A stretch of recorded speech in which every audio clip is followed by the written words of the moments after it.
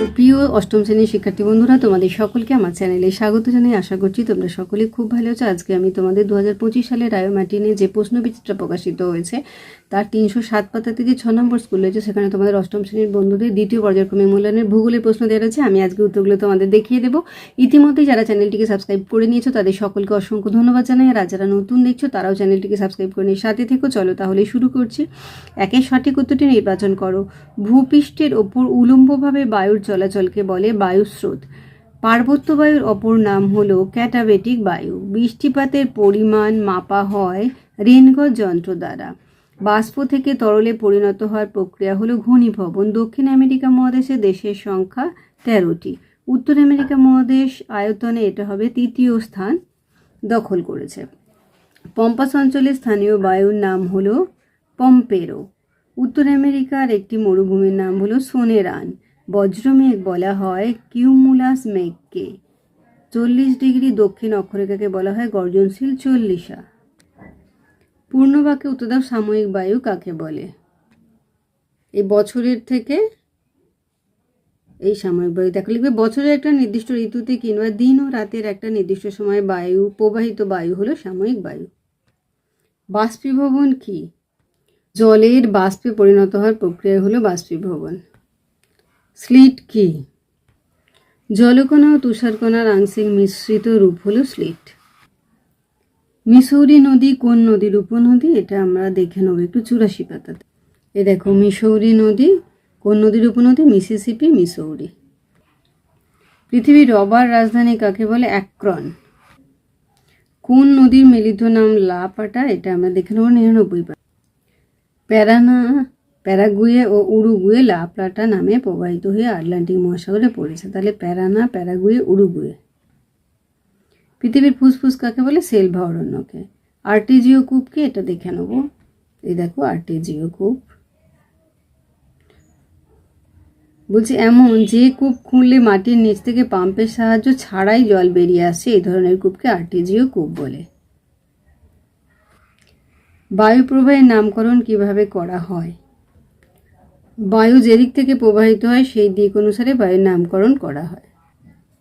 কোন মেঘকে ম্যাকারেল আকাশ বলা হয়? এটা হবে সিরোকিউমুলাস মেঘকে।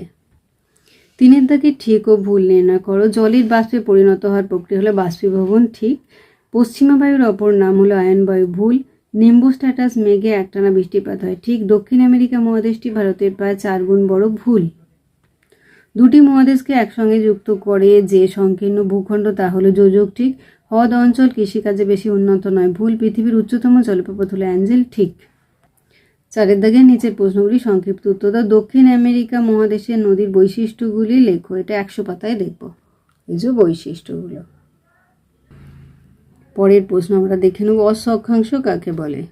এই যে এখানটা লিখে দেবে। আপেক্ষিক আর্দ্রতা কাকে বলে? 46 পাতাতে রয়েছে।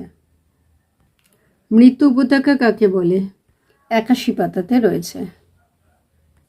হ্রদ অঞ্চলে পশুপালনের উন্নতির কারণ কি? 90 পাতায়।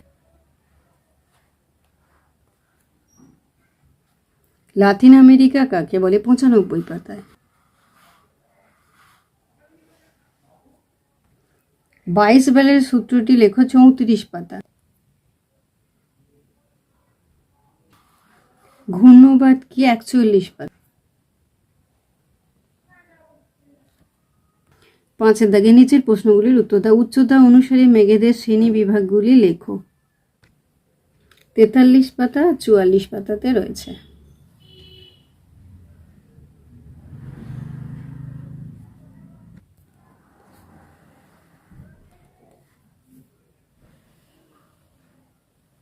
এখানেও দেয়া আছে, দেখো নিচের দিকটায়।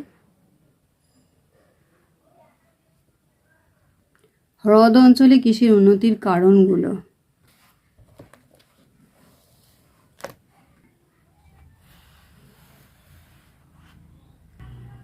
সেলভা সম্পর্কে আলোচনা করো।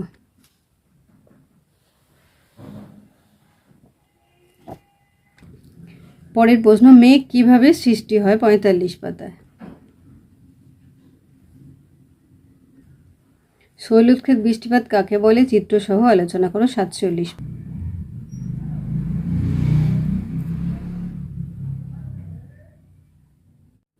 তাহলে আমার প্রিয় অষ্টম শ্রেণীর শিক্ষার্থী বন্ধুরা, আজকে তোমাদের আমি 2025 সালে রায়োমার্টিনে যে প্রশ্নবিচিত্রা প্রকাশিত হয়েছে তার 307 পাতায় যে 6 নম্বর স্কুল হচ্ছে, সেখানে তোমাদের অষ্টম শ্রেণীর বন্ধুদের দ্বিতীয় পর্যায়ক্রমিক মূল্যায়নের ভূগোলের প্রশ্ন দেওয়া রয়েছে। আমি তার উত্তরগুলো দেখেছিলাম, আশা করছি সকলেই বুঝতে পেরেছো। ভিডিওটি দেখার জন্য তোমাদের সকলকে অসংখ্য ধন্যবাদ জানাই।